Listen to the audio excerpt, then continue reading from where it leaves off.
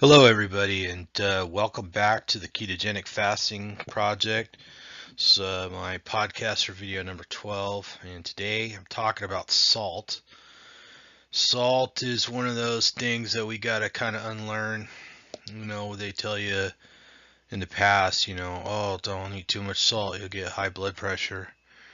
But salt's kind of essential. We're talking about salt, we're generally talking about sodium chloride, that's table salt. Um, it's it's required for hydration, actually, just like magnesium and potassium. In the past, it was known that people with high blood pressure are sensitive to salt. It was thought that eating salt caused high blood pressure. But I can remember my Uncle Wally. He's probably actually a cousin. He would put crazy amounts of salt on everything, and I always wondered why. But we need it. It's essential. So there's smarter ways to eat it though than we have in the past. And when you're on this type of diet, you're going to need more. So, but it adds flavor. Everybody knows that. And I'm talking about salt, but if you want to have pepper with your salt, that's fine. I don't know of any downside to eating ground pepper. So, of course, it's a little better if you grind it fresh, but how about it? Salt is generally considered a mineral. It can come from the sea too, but it's just a mineral that's dissolved in the ocean. And it can have lots of micronutrients with it. So those are some good reasons to take salt seriously. You want to try and avoid white table salt. It's white like this because it's been processed, and in general you want to avoid processed foods, and here's an easy one to avoid these days because you can get all kinds of salts that are better. This is bleached with I believe a solvent that has aluminum in it, and I'm not necessarily afraid of aluminum, but I know a lot of people are. So suffice to say, it's been bleached with chemicals, and the minerals have been taken out of it. And once you stop eating table salt and eat the other salts, then this white table salt starts to taste funny to you anyways. So you'll grow out of it real quick. Here's not to pick on anybody, but this is a box of salt that I had at home. Um, My girlfriend actually uses it for cleaning stuff, but I don't eat this salt because I don't think anyone in the house really eats this type of salt anymore because I have so many other kinds. But you can see on the box here, it's not just salt, but they got calcium silicate and dextrose. And if you recall, dextrose is a sugar.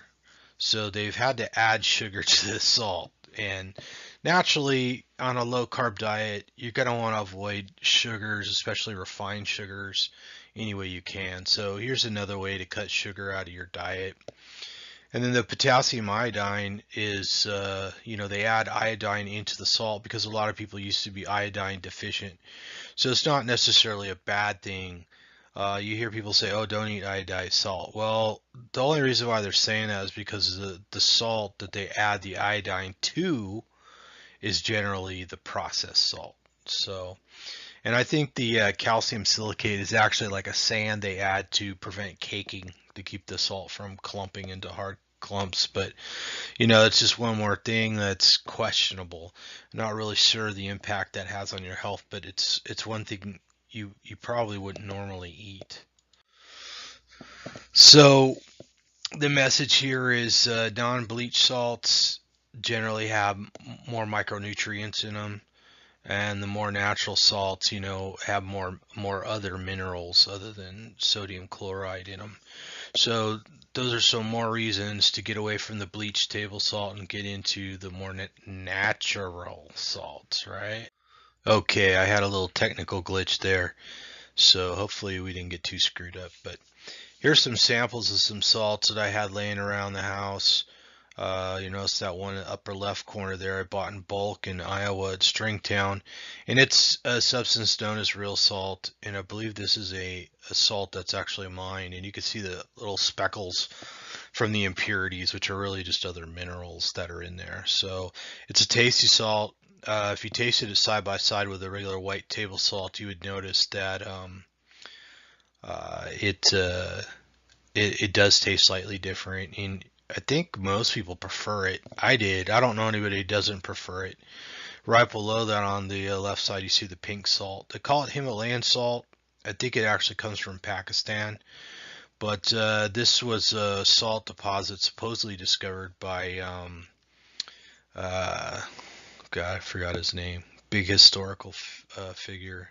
Um, Anyways, the horses started licking the rocks, and it turns out that there's this huge deposit of salt there underground left behind by an ancient seabed that evaporated. So the Himalayan pink salt, tasty stuff. I eat it all the time. I know a lot of people put it on their food and really enjoy it. And again, it has minerals in it, as does the sea salt. Both the Mediterranean sea salt, the Sal Bahia, which is a Mexican sea salt, and the Celtic sea salt. You're going to get more nutrients in it. So the Celtic sea salt says vital mineral blend, but I've never really seen that explained. But it's considered all kinds of healthy good. And then there's the kosher salt, which is really kind of just a different crystal. It is sort of a processed salt, and they add a little something to it, a little mineral to it. But for a variety, I use it when recipes call for it, and the rest of the time I don't. I don't really. I'm not really sure why it's different, but it does work better in some recipes. So, anyways, here's some alternatives to regular old bleached table salt. Um, when you're on a low carb slash ketogenic diet, you're not going to retain sodium in water like you used to. So that's part of the process and why people do a lot of urinating when they get on this diet. There's other reasons why you urinate a lot, but anytime you're losing fluids like that, or even just when you're perspiring a lot, you're gonna lower your levels of sodium. That requires you to replace it so that you stay hydrated, because part of being hydrated isn't just having water, it's also having minerals like sodium, potassium, and magnesium. So you're gonna be able to eat more salt, and you're gonna have a lower sodium level in your body almost all the time, and you should notice your blood pressure go down. The risk is that it does make it a little easier to get dehydrated, especially when you're fasting. I know when I get into a fast like 5 6 days, if I don't keep plenty of fluids going, generally I depend on broth to keep the minerals up, which is usually just salty brine. Like it'll be like I'll boil down some bones and skim the fat off and drink that. So if I don't, then you'll notice like you get down on the ground to fix something or whatever, and then you stand up and you're lightheaded. So that means you're dehydrated, or at least it meant when I was dehydrated. So I fixed that real quick by drinking some broth or something. So you can't really, people can do short fasts without water, but typically people don't do long fasts without water for that reason. So in my case, I use the bone broth now and stay hydrated. And obviously you get sodium by using salts. Potassium, a lot of people will take potassium in the pill form, and magnesium. I take the magnesium because I don't drink tap water, and that's actually the primary source for magnesium for most people. But I really don't like the taste of the tap water where I live, so I drink RO water a lot of the time. I don't like plastic water out of plastic bottles because well, we all know that chemicals can leach into the water, but you probably saw in a recent test that a lot of top notch bottled waters actually have tiny little plastic particles floating in them. It's just left over from the bottling process. So, anyways, I don't like going to the store and buying a bunch of bottles and then recycling them and all that stuff. So I just clean water at home to get it really pure, and that takes the magnesium out. So I just take magnesium glycinate, and I'd get leg cramps even when I drank a ton of tap water, anyways.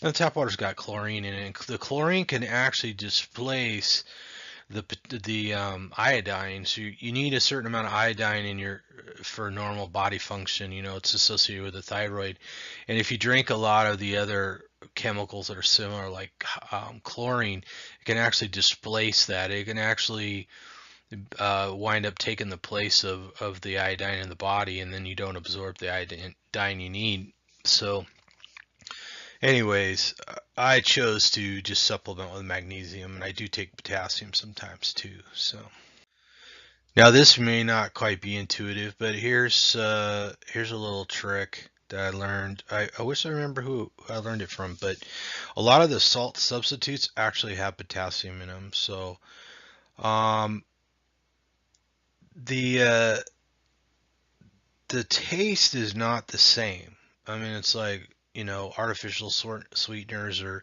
other sweet things versus sugar. They're similar, but they're not the same. A lot of these actually taste a little ashy to me. And in concentrated form, I don't think any of them taste good.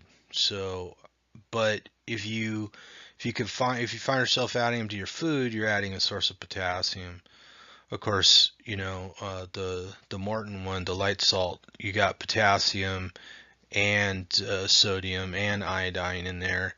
So you can see it's got some magnesium carbonate on it, which probably help keep your magnesium levels up. So anyways, none of it's perfect, but it's all a good supplement. And you figure, well, if I can mix this in with my food and take fewer pills, why not? So mixed in food, they typically taste pretty good, but I guarantee you taste it with by itself, they're not all that great. So what is life without salt? I think that came up in a movie a long time ago. That phrase stuck in my head. But I think our ancient ancestors basically ate or drank a lot of animal blood, and it was salty. And I think that's one of the sources. Obviously, ocean salt and mineral deposits and stuff like that were also quite common.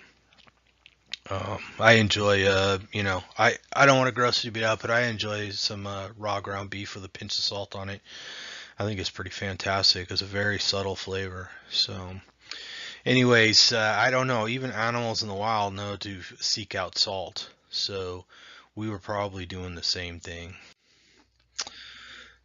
So more salt, yes, you can eat more salt. You should eat more salt. At least if you're in my situation, you should. You can easily monitor your blood pressure. Get yourself a blood pressure cuff and monitor it. A lot of them store blood pressure records. They'll sync up with your phone. And if you're like me, you build a spreadsheet. There's probably some awesome apps online too, which I'm gonna look into. Monitor your blood sugar. Know your blood sugar. Check it when you wake up. You'll be seeing a reflection of the dawn effect where your liver is releasing some glucose and some cortisol. So people typically get a little bit of a spike in the morning. But your liver is capable of making all the sugar you need for all your other functions all day long. You should monitor your ketones. A lot of people start with the urine strips. Not a bad way to get started. They lose their effectiveness, and they're not particularly specific. They just kind of give you ranges, and eventually you stop excreting ketones in your urine. Your organs, like your kidneys, just use it as fuel. So as your body smartens up and adjusts to burning ketones, you won't be able to measure it in your urine if you get adapted. Some people, their goal is not to be adapted, or they just don't get adapted. So they can probably still use it to test, but most people, it disappears. Read your test results, record your test results. It's all part of knowing yourself. It's all part of learning. I like to encourage people to keep learning. Uh, Keep at this every day, because you can really take control of your health. You can you can lessen your dependence on going to a doctor where you're just a number. And most doctors, their job is to write prescriptions, maybe prescribe some therapy or whatever. But the more you know, the better you can converse with your doctor. I like to think of my doctors as consultants. I like to try and be my own best doctor, stay on top of my own health. I treat myself like a guinea pig. I realize there's risk. I accept the risk, but it's my life, it's my health, and if I'm depending on a person who's more or less a stranger to make decisions for me. One of the reasons why a lot of doctors really don't recommend diets like the ketogenic diet is because they assume people can't stay on it because people complain left and right. But I found it to be the easiest diet of them all. And so did my friend Aaron. He's like, I can't believe other people struggle with it so much because it was so easy. And I think part of that was we had each other to talk to. We learned as much as we could about it, and we're still learning. We had each other to talk to about it, and we had amazing results. I never had results like that before. Believe me, I spent a lot of time working out. I spent a lot of time trying different diets and supplements, and I never got results like this any other way. So this is the end. Thanks again for listening or watching the Ketogenic Fasting Project. You can look for me on Facebook at the Ketogenic Fasting Project. Please subscribe to my YouTube channel. It really helps, and I hope this information helps somebody out there. So stay inspired.